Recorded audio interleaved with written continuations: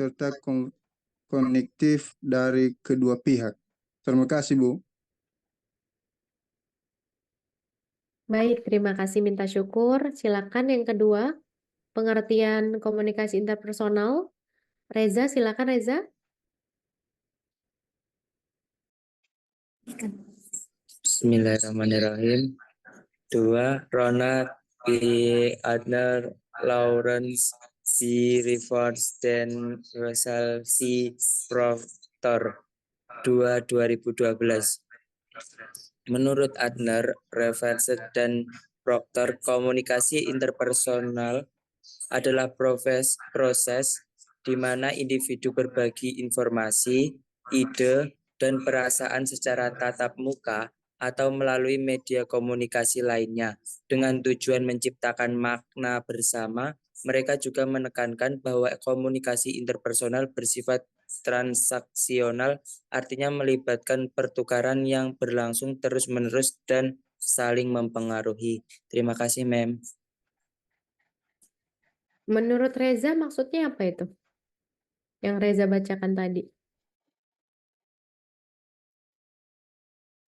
Menurut Reza, yang sudah saya tangkap dari poin kedua itu ini, Mem. Interpersonal itu proses yang dimana individu itu berbagi informasi, ide, dan juga perasaannya secara tatap muka atau melalui media komunikasi. Maksudnya itu ada dua cara, baik itu langsung face to face secara offline ataupun melalui via gadget secara online. Gitu, Mem. Terima Baik, kasih. Reza. Sekarang Dedi Mulyana, silakan dibacakan. Wildan Zaki.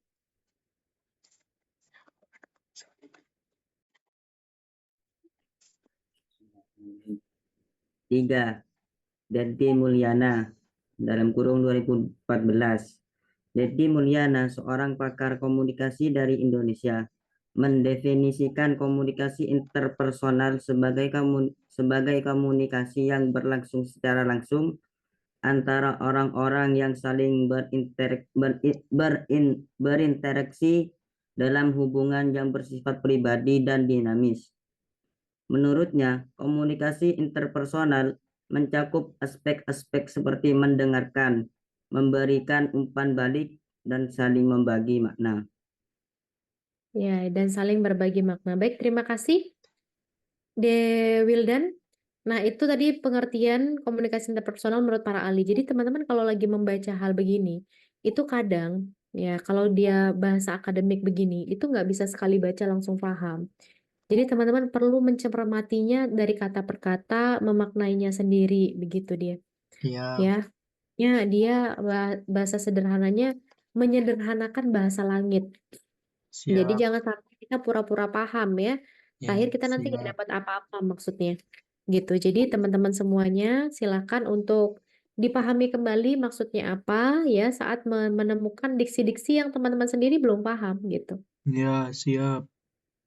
Baik, selanjutnya, nah ini teman-teman poin-poin dari interpersonal skills. Yang pertama adalah effective nonverbal dan verbal. Effective verbal communication. Jadi verbal itu lawan katanya kan nonverbal. Ya, Teman-teman ada yang tahu nggak maksud dari verbal dan nonverbal itu apa?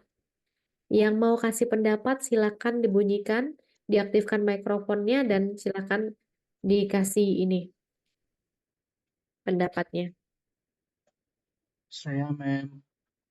Ya, silakan. Kalau verbal itu berarti yang diucapkan. Kalau nonverbal berarti yang bisa berupa gerak tubuh atau gestur. Terima kasih. Ya, ada lagi yang lain?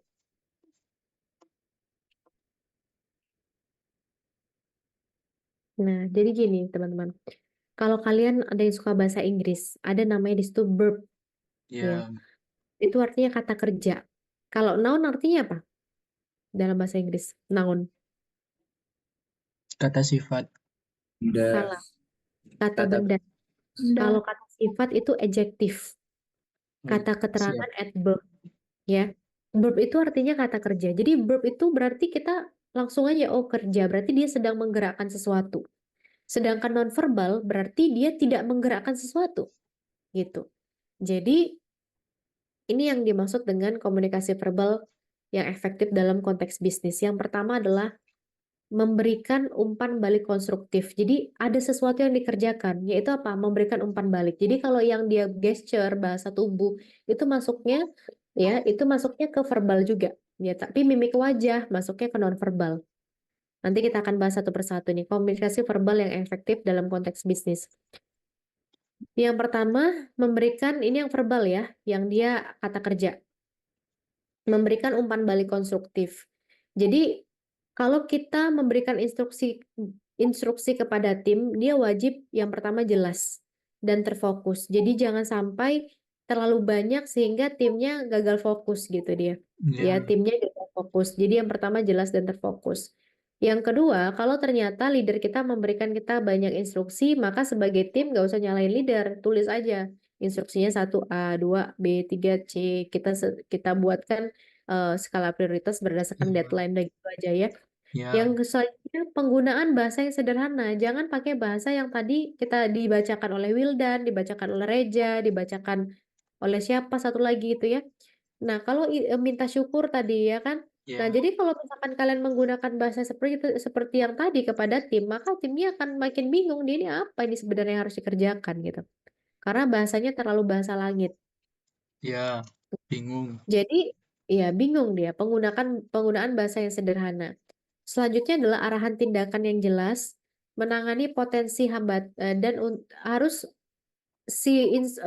umpan balik tadi itu adalah sifatnya menangani ya, bukan memanas-manasi, tapi menangani.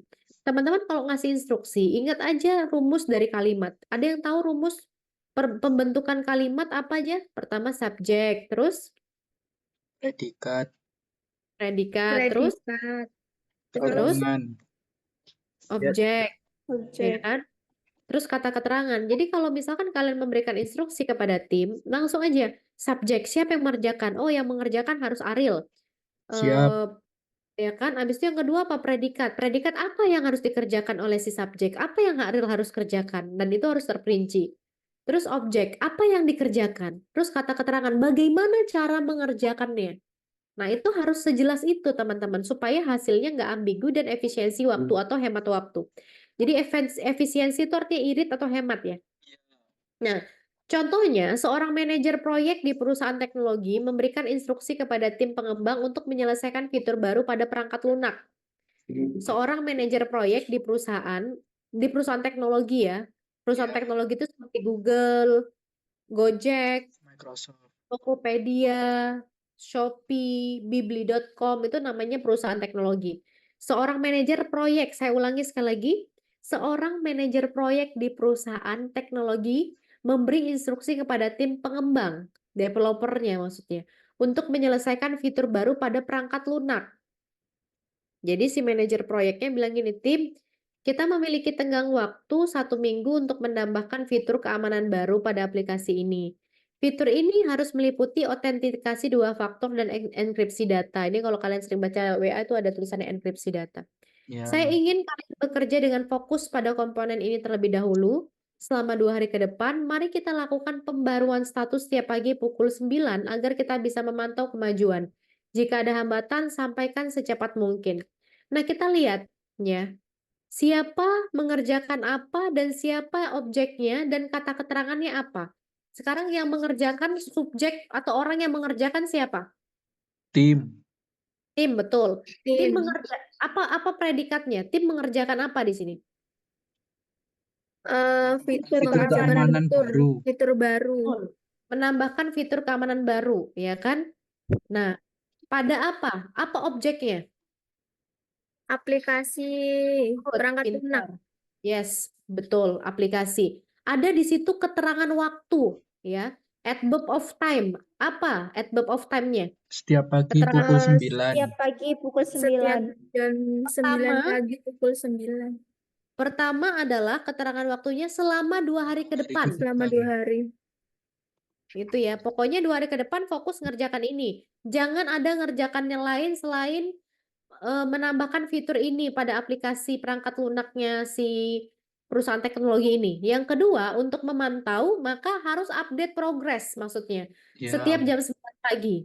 Ya. Terus ya, ada kata keterangannya lagi, ya, adverb-nya ada. Apa? Jika ada hambatan, sampaikan secepat mungkin.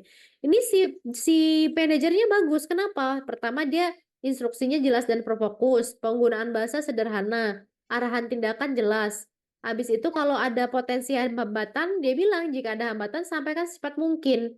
Jadi antisipasi potensi hambatan udah disampaikan, ya kan? Jangan sampai ya, ada hambatan panggil ambulan gitu, ya.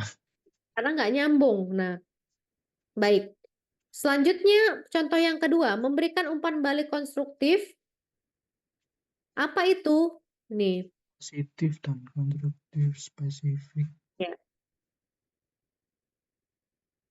Solusi yang Pertama, ditawarkan. ini salah judul nih. Ini, oh iya benar-benar. Ini memberikan feedback yang membangun maksudnya. Konstruktif itu kan membangun, makanya konstruksi itu kan bangunan artinya Ya, kan. Jadi memberikan feedback atau umpan balik yang membangun. Yang pertama pastikan itu positif ya. ya, Yang kedua bangun, spesifik, ada solusi yang disarankan dan bisa membangun kepercayaan diri. ya, Contohnya gini, seorang supervisor memberikan umpan balik atau feedback kepada seorang karyawan yang baru saja menyelesaikan presentasi bisnis. Tapi sebenarnya dalam presentasi bisnisnya ini ada yang kurang. Ya, dalam ya, presentasi bisnisnya ada yang kurang. Tapi si manajernya atau si supervisornya nggak langsung bilang, kurang nih begini nih. Ya, nggak langsung begitu. Tapi yang ya, dilakukan adalah dia memuji dulu, positif dulu. Presentasi kamu yang sampaikan tadi udah sangat informatif banget. Nah, ya kan? Pertama ada poin ya. positifnya. Dipuji dulu, ya kan? Biar nggak ngedown. Positif vibes. Terutama bagian analisis pasar yang sangat rinci. Jadi kita bilang, presentasi kamu tadi udah detail banget, informatif, terutama yang bagian analisis pasar. Kamu rinci banget loh ngejelasinnya.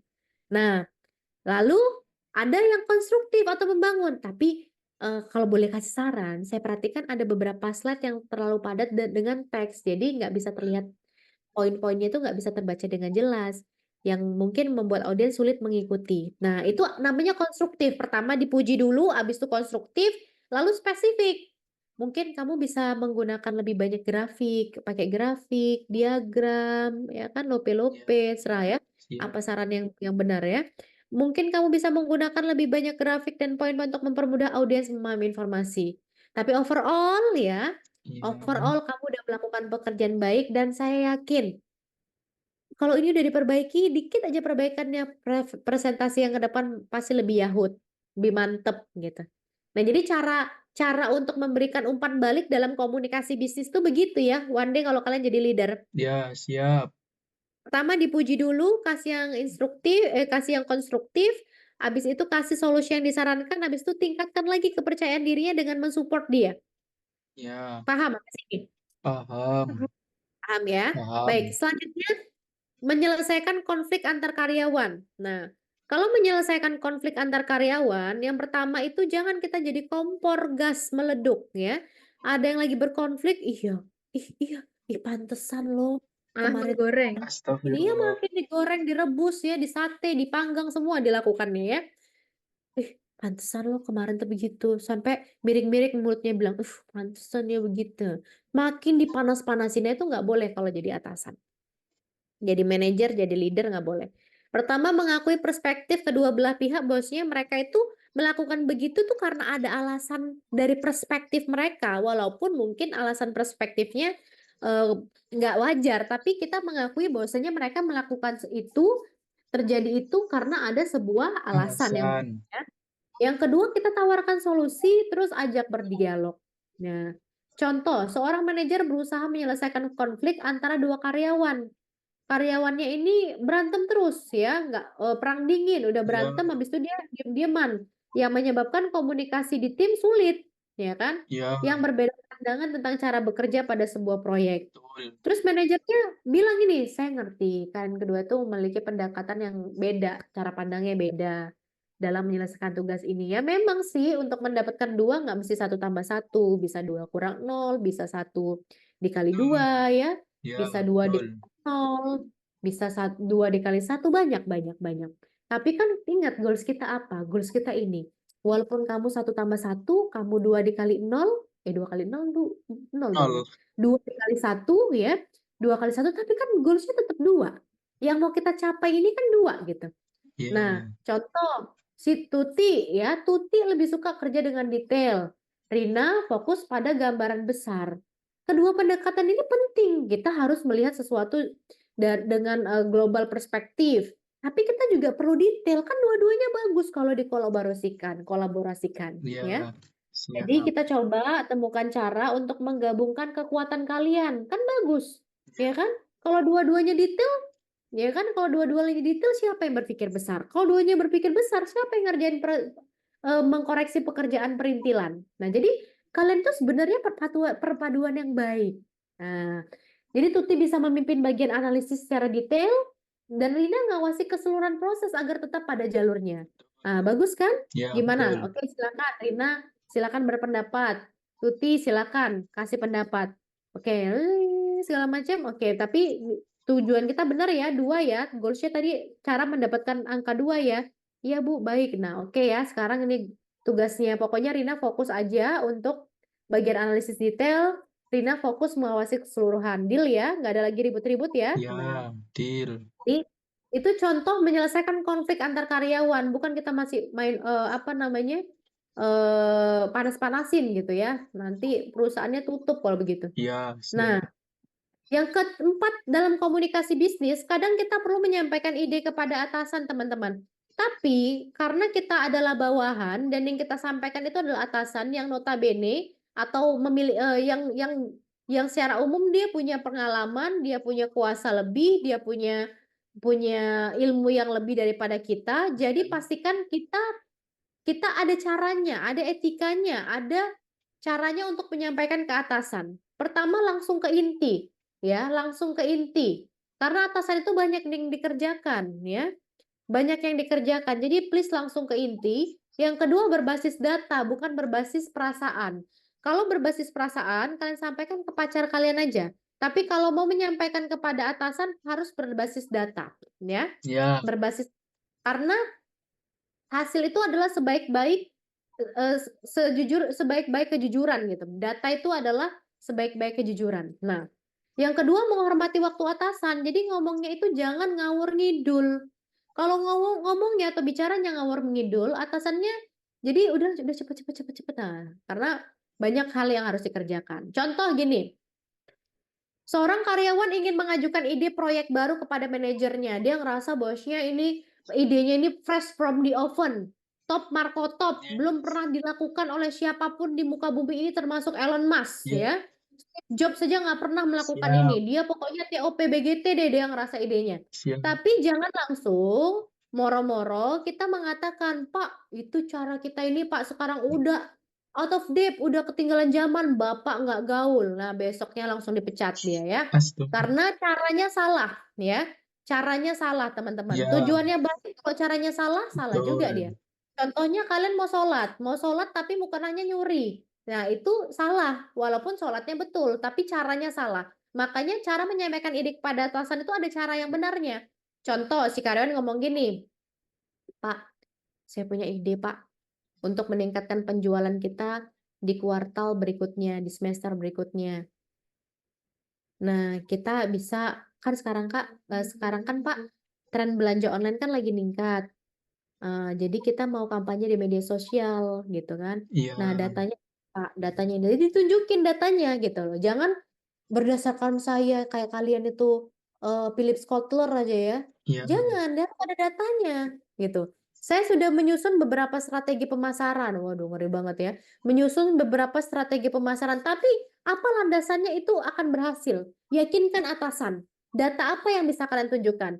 Ya, jadi besok Bapak atau Ibu punya waktu untuk besok pagi saya diskusikan lebih lanjut kira-kira 30 menit. Nah, kasih waktu kira-kira berapa lama kalian mau diskusikan. Jangan besok pagi sampai pagi lagi jadinya kalau nggak ada batasan waktu. Jadi ada deadline-nya, ada time bond-nya. Ketika waktunya berapa gitu. Paham nggak? paham. Nah, oke, yang kelima. Nah, itu tadi komunikasi non verbal ya. Iya. Yang tadi itu komunikasi verbal. Nah, ini yang pokoknya dia berbicara, dia ada melakukan sesuatu, bekerja dia. Nah, sekarang kita bahas komunikasi yang non verbal. Kalau komunikasi non verbal, nah ini dia pakai gesture-gesturean aja. Ya, dia pakai gesture-gesturean. Yang pertama adalah kontak mata. Misalkan dalam presentasi, ya. Kita itu kalau dalam bisnis presentasi itu adalah hal yang mutlak, yang wajib kita lakukan teman-teman. Jadi nggak ada istilahnya, aduh maaf aku nggak bisa presentasi, soalnya nggak biasa presentasi, malu ya. Terus atau yang kedua, dia disuruh presentasi, aduh pak, pingsan deh. Nah nggak bisa. Jadi semua orang yang mau sukses dalam bisnis wajib bisa presentasi. Ya. Dan presentasinya itu bukan membacakan. Baik, saya akan membacakan mata kuliah hari ini adalah komunikasi interpersonal. Informasi. Nah, itu bukan, itu baca namanya, ya. Jadi dia ada gesture tubuhnya, ya, ada kontak matanya. Jadi kontak mata dalam presentasi itu yang pertama perlu menunjukkan kepercayaan diri. Iya. Kita tatap mata audiens, pada saat audiensnya misalkan ada beberapa, kita sapu pandangan. Maksud sapu pandangan itu apa? Melihat semua audiens, ya, kadang ke kiri, kadang ke kanan, kadang ke depan, kadang fokus ke yang belakang gitu ya. Jadi dia berganti-gantian. Selanjutnya pembicara menghargai audiens. Jadi kalau kita melakukan kontak mata kepada audiens, selain itu menunjukkan kita percaya diri, itu kita menghargai dia, teman-teman. Kalau kita nunduk aja, ya, nunduk aja kita nggak menghargai dia. Atau kalau kita ngelihat ke slide, ke ke proyektor aja atau lihat ke TV aja, tapi nggak melihat si audiens, itu berarti kita tidak menghargai dia. Ya, yang ketiga, tapi jangan lupa senyum ya teman-teman ya. Jangan lupa senyum ya pada saat presentasi, jadi nggak tegang-tegang sekali dia. Nah, yang selanjutnya pembicara kalau udah kontak mata itu kita bisa memastikan bahwa audiens memahami pesan dan tidak kehilangan fokus. Jangan sampai karena kita fokus ngeliatin slide ternyata depannya tidur dia rupanya semua. Oh ya, udah tidur, habis itu dia ada tiba-tiba waktu kita nggak fokus ngeliatin, kita lihat ke depan udah nggak ada orangnya. Gara-gara nggak melakukan kontak mata. Jadi kontak mata itu ada sepenting itu. Mem, saya nggak berani, mem, saya kurang pede kalau ngelihat mata seseorang. Jadi kamu bisa ngelihat di segitiga ini segitiga ini ya, antara dahi, mata kanan dan mata kiri. Jadi di tengah-tengahnya ini yang kamu lihat. Nah, kalau kamu sudah melihat dahi itu, ya di bagian sini, di pertengahan alis ya. Kalau kamu udah ngelihat itu, seakan-akan kamu sudah melihat matanya. Jadi kalau kamu ngelihat orang, misalkan matanya kamu ragu ngelihatnya atau ya masih sungkan, lihat aja di tengah-tengah alisnya sini, sehingga itu kelihatan kita sudah melihat dia, padahal kita nggak melihat dia secara di mata begitu. Iya, Itu siap. Trik. untuk newbie ya, trik untuk newbie dalam public speaking. Siap. Yang kedua, postur tubuh terbuka dalam negosiasi. Nah, jangan posturnya itu gini. Tuh orang nggak makan 70 tahun ya. Dari Indonesia belum merdeka, sampai sekarang merdeka 75 dia nggak makan. Makanya dia lemah sekali. Nah, lemas aja kan. Mukanya begini. Udah tua dia, Bu. Habis itu gini. Udah tua ya. Nah gitu. Lemas sekali gitu loh. Kayak dia yang nanggung utang negara ini saking lemesnya. Nah, orang begini tuh nggak akan disukai sama atasan, teman-teman. Jadi kalau ada kepercayaan, atasannya nggak akan ngasih ke dia. Orang dia ngehandle dirinya aja begitu ya, kayak gini, ya kan, ngapain gitu ya. Terus ya kalau kita postur tubuhnya terbuka. Nah, postur tubuh terbuka itu nih dadanya dia kebuka, bukan begini, tapi begini. Nah, itu menunjukkan apa? Keterbukaan dan kesediaan untuk apa? Untuk mendengarkan dan bekerja sama. Jadi orang yang postur duduknya Siap. tegak, ya pada saat Anda negosiasi kan biasanya duduk ya, duduknya tegak, tangannya jangan di bawah meja tapi di atas meja, ya, di atas meja. Iya. Lalu jangan banyak gerakan, fokus Siap. aja, terus duduknya condong. Kalau misalkan ada sesuatu yang kalian anggap menarik dalam presentasi itu, presentasi si lawan bisnis kita, maka condongkan ke depan. Sama kayak orang mau gosip, kira-kira kita nggak percaya tuh ada gosip itu kan, maka kita serius. Nah, kira-kira gitu. Tapi kan kalau di bisnis nggak mungkin, serius ya, nggak mungkin itu ya. Jadi cukup untuk mencondongkan ke depan, memberi isyarat bahwa kita tertarik dengan percakapan yang sedang disampaikan. Nah, gitu. Nah, dia akan, wah dia udah mulai tertarik nih. Nah, itu postur tubuh terbuka dalam negosiasi sehingga lobby-lobbynya deal, teman-teman. Sehingga lobby-lobbynya deal. Selanjutnya, ekspresi wajah yang mendukung dalam rapat. Jangan hanya senyum ya. Tapi pertama anggukan kecil. Jadi jangan bilang angguk gini aja ya. Itu ayan dikira ya. Ya kadang-kadang sesekali ngangguk senyum. Ngangguk senyum, respon ya. Ini bukan senyum yang tulis ya, senyum yang tulus. Senyum yang tulus dapat menciptakan suasana yang lebih positif dan membangun kepercayaan. Jadi ngangguk senyum. Kita kalau misalkan bicara sama orang yang responsif, ngangguk senyum, terus dia merespon, ya terus gimana? Wah, dia jadi begini dong. Wah, keren juga ya. Terus apa yang bisa dilakukan? Nah, ada itu, maka dia akan nyaman berbicara dengan kita dan biasanya yang kita tawarkan akan deal begitu. Ya, Terus siap. ekspresi wajah menyesuaikan dengan konten yang disampaikan. Kalau lagi kira-kira sesuatu yang mengejutkan, boleh kok kita gitu, tapi nggak usah bersuara, cukup mendelikkan mata aja. Kalau misalkan lucu boleh ketawa, tapi jangan jangan ya, ketawanya wah gitu ya, ketawa bisnis lah ya, ketawa corporate ya, tetap tulus, tetap tulus. Nah jadi ekspresi wajah yang mendukung sesuaikan dengan konten yang sedang disampaikan. Jangan saat lagi dia nyampaikan berita sedih kita ketawa, nah itu dia akan ilfil sama kita. Ya, dia lagi sedih, kita ketawa, dia ilfil sama kita ya. Jadi Ya, ekspresi ini penting teman-teman. Yang pertama itu adalah kontak mata dalam presentasi, ya. Postur tubuh pastikan terbuka, ekspresi wajah yang sesuai dengan konten. Lalu anggukan kecil. Selanjutnya adalah isyarat tangan saat menjelaskan. Jadi jangan sampai tangan kita gini-gini aja. Kalau gini-gini aja kita jadi nyanyi. Dulu waktu saya kecil ada yang namanya penyanyi namanya Joshua. Judulnya Diobok-obok. Ya kan, diobok-obok, airnya diobok-obok, ada ikannya kecil-kecil pada mabok, gini aja dia terus ya. Tapi dalam presentasi bisnis tangan itu menjelaskan banyak hal. Jadi gerakan tangan untuk membantu memperjelas dan menekankan poin-poin yang disampaikan. Isyarat tangan dapat membantu audiens memahami konsep yang rumit. Jadi kadang-kadang di pikirannya rumit karena gerakan tangan kita itu menggambarkan sesuatu, dia lebih memahami itu. Gitu. Nah, apa aja gerakan tangan? Yang pertama, gerakan gestur tangan, telapak tangan terbuka, berarti membangun kepercayaan. Jadi gini tuh maksudnya, tapi ini biasanya di depan perut ya. Kita lakukan di depan perut karena kita lagi zoom, nggak kelihatan kan? Jadi saya yang kelihatan aja di kamera zoomnya ya. Jadi pertama gerakan tangan terbuka itu membangun kepercayaan publik. Jadi kalau kalian mau menyampaikan fakta, boleh tangannya terbuka. Nah, ini faktanya. Nah, kalau boleh gini, nah ini faktanya, Bu, ini faktanya gitu. Dapat juga diartikan bahwa pembicara tidak menutup-nutupi apapun dari publik. Kita sampaikan, nah ini faktanya. Nah, gitu ya. Yang kedua, tangan di depan dada. Menyatakan kepada publik bahwa apa yang disampaikan sebenarnya jujur.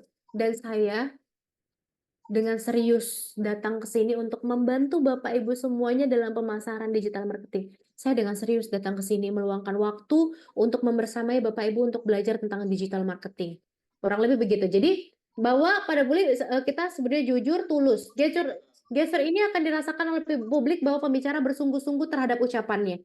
Saya dengan serius, Bu, Bapak datang ke sini untuk membantu desa ini, ya. Nah, kurang lebih begitu ya. Biasanya begitu. Oke, sebentar. baik. Ya, HP-nya, laptopnya kurang cas. Ini namanya hambatan lingkungan ya. Ya, Iya. Nanti kalau presentasi jangan pas Iya, Bu, lagi siap. presentasi Pak, sebentar ya Pak, lagi seru-serunya dia ngecas, jangan. Nah, inilah contoh hambatan lingkungan. Saya lagi mencontohkan hambatan ya. Oke. Selanjutnya adalah gestur menghitung. Jadi gini teman-teman, menghitung 1, 2, 3 bukan gini ya. 1, 2, 3 bukan, tapi tangannya gini. 1, 2, 3. Nah ini, kalau menghitung mulai dari jempol, jari telunjuk, baru jari tengah. Tapi kalau mau pakai dua tangan, mulainya dari sini, kelingking. 1, 2, 3. 1, 2, 3 nggak kelihatan. 1, 2, 3. Kalau mau menggunakan satu tangan, dimulai dari jempol, jari telunjuk, jari tengah. Tapi kalau mau menggunakan dua tangan dimulai dari kelingking, jari manis, jari tengah. Itu urutannya.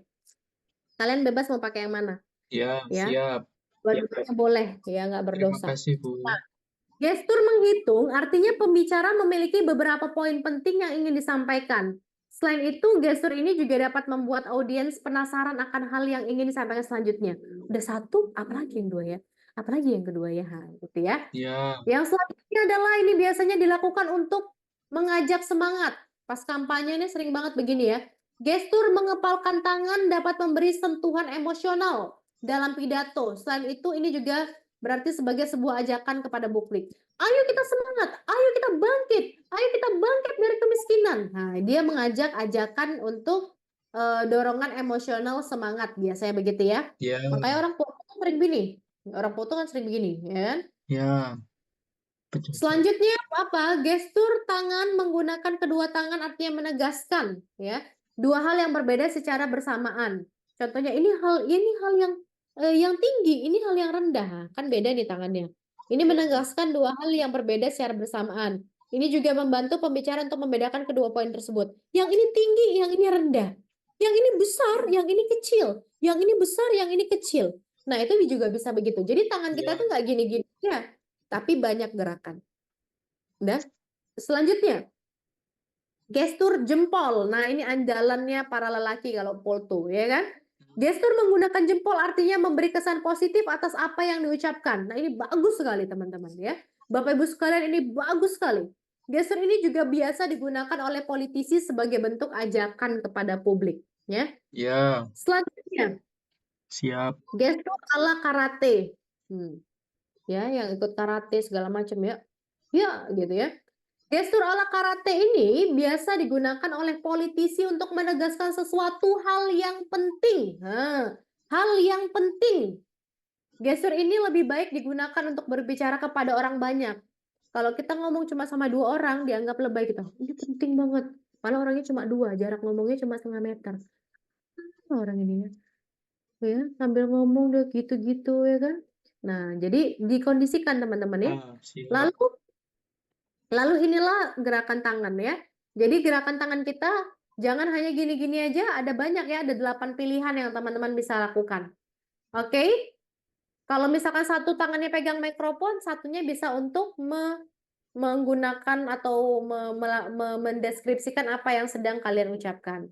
Nah, kalau pegang mikrofon tuh bukan gini. Ya, kalau gini tuh penyanyi ya, penyanyi lengket kali dia ya. Siap. Nah, tapi megang mikrofon itu dia di bawah di bawah dagu, dan dihindari kalau pertama kali megang mikrofon untuk memastikan mic-nya hidup jangan tek tek tek, nggak usah.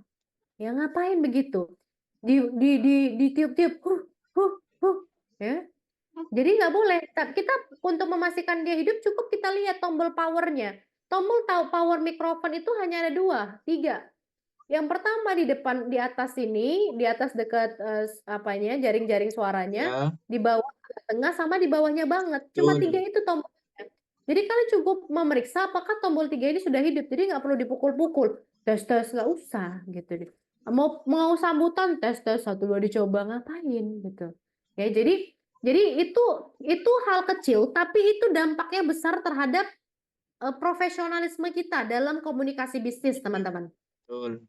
Ya, ini materinya kalau dibawakan di training mahal harganya. Ini IBMT kasih di mata kuliah nih ya. Udah all Masya in dia. Allah. Nah, habis itu komunikasi nonverbal. Apalagi komunikasi yang menjaga jarak yang tepat dalam komunikasi. Jadi jangan terlalu dekat, jangan terlalu jauh, teman-teman. Kalau kita berdiri, kalau kita lagi presentasi itu biasanya kita itu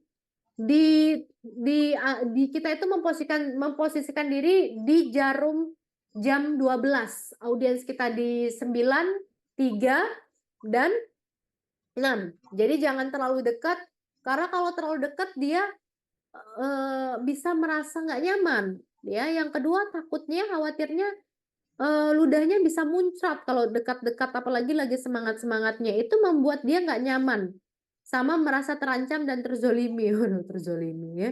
Pokoknya jangan terlalu dekat. Ya. Tapi juga jangan terlalu jauh. Kenapa? Kalau terlalu jauh dia menandakan kita kurang minat sama dia. Yang kedua kita seperti nggak pro aja gitu public speakingnya gitu. Jadi kita itu di arah jarum 12, audiens 3, 6, dan 9 gitu ya.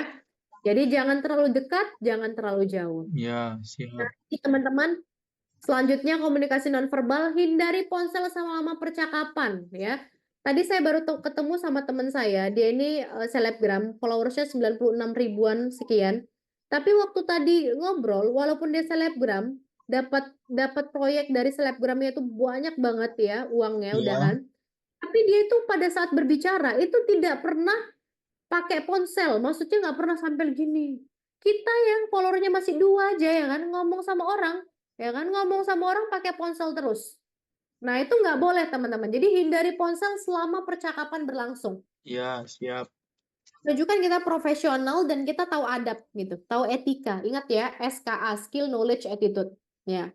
Jadi menjauhkan diri dari gangguan ponsel untuk menunjukkan respect atau rasa hormat dan fokus penuhnya pada lawan bicara.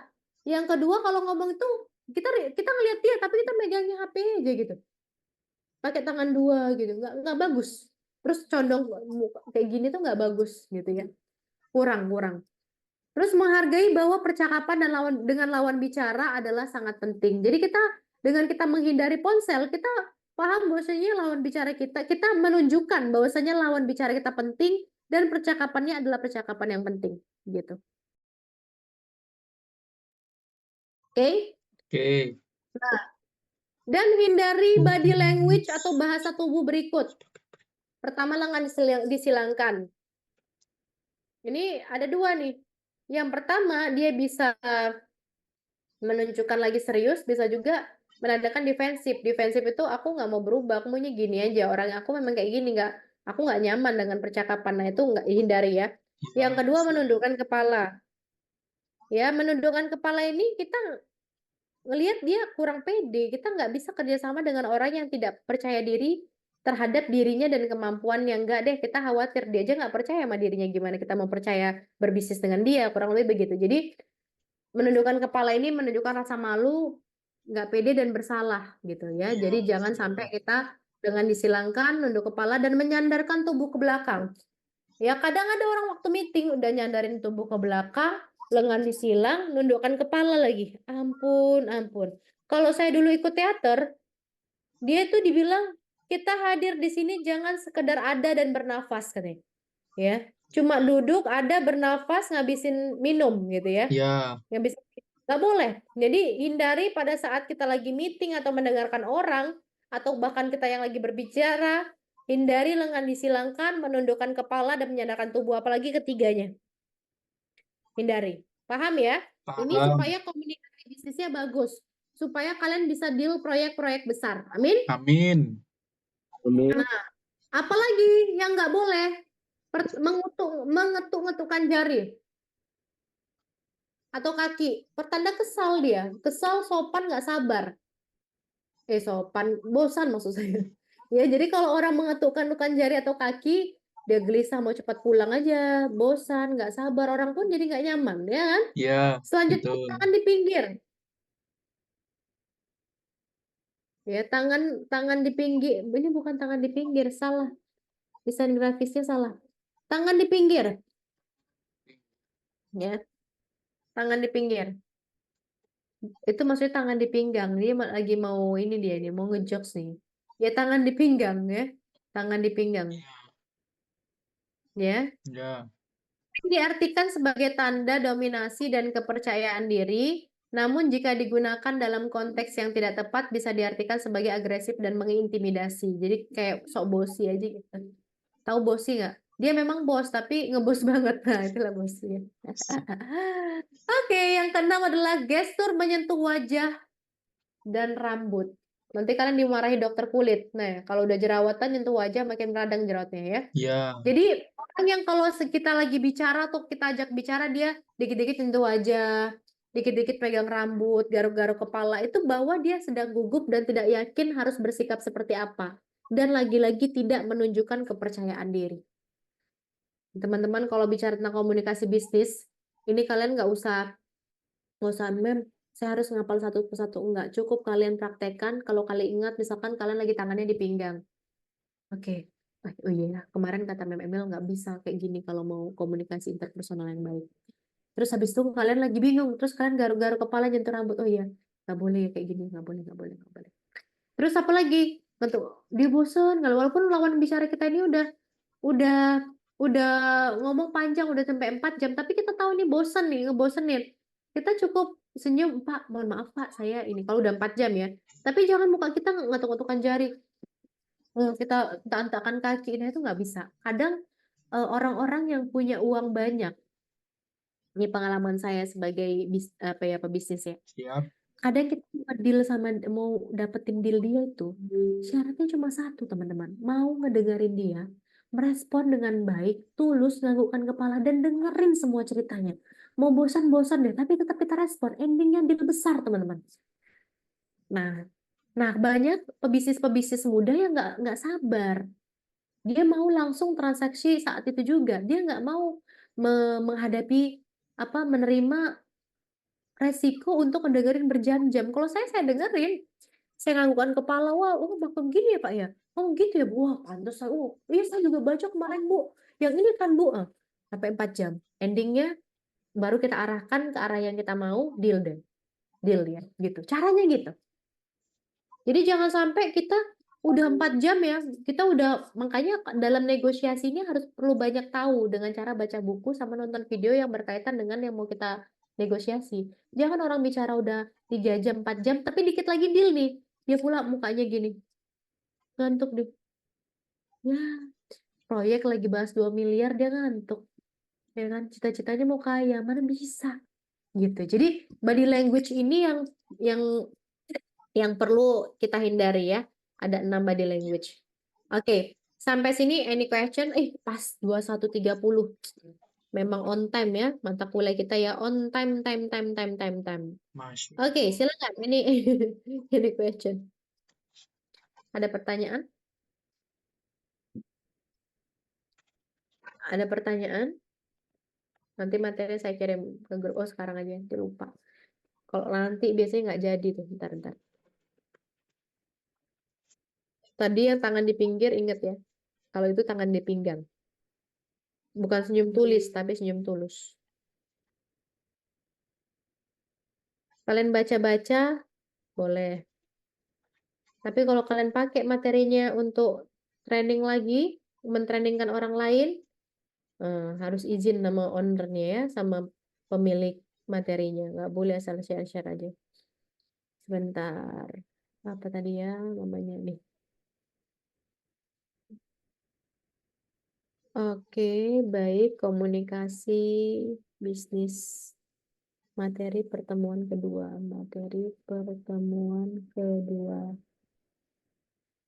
Baik. Any question? Ada pertanyaan? Saya, Mem, Ya, silakan Desti. izin bertanya, Mem, Mm-mm. untuk menjadi pemimpin yang baik dan bisa biasanya membuat karyawan-karyawannya itu gimana ya, nggak takut gitu gimana? Itu jam terbang, Desti. Itu jam terbang. Jadi, kalau kita lihat teorinya Maxwell ya, atau ya, ntar saya ini dulu. Jadi saya karang, salah lagi leadership pyramid. Namanya piramida leadership. Saya kirim aja di grup. Saya kirimkan aja di grup supaya kalian bisa. Pak, ini pertanyaannya bagus nih. Ini pertanyaan level manager nih bisanya. Level leadership. Punyanya Maxwell apa ya? Iya benar, punyanya Maxwell. Jadi ini teorinya Maxwell ya. Ini dia. Saya download dari Google, saya kirim ke kalian. Ini ada bukunya, cuma yang saya kirim adalah fotonya. Nah,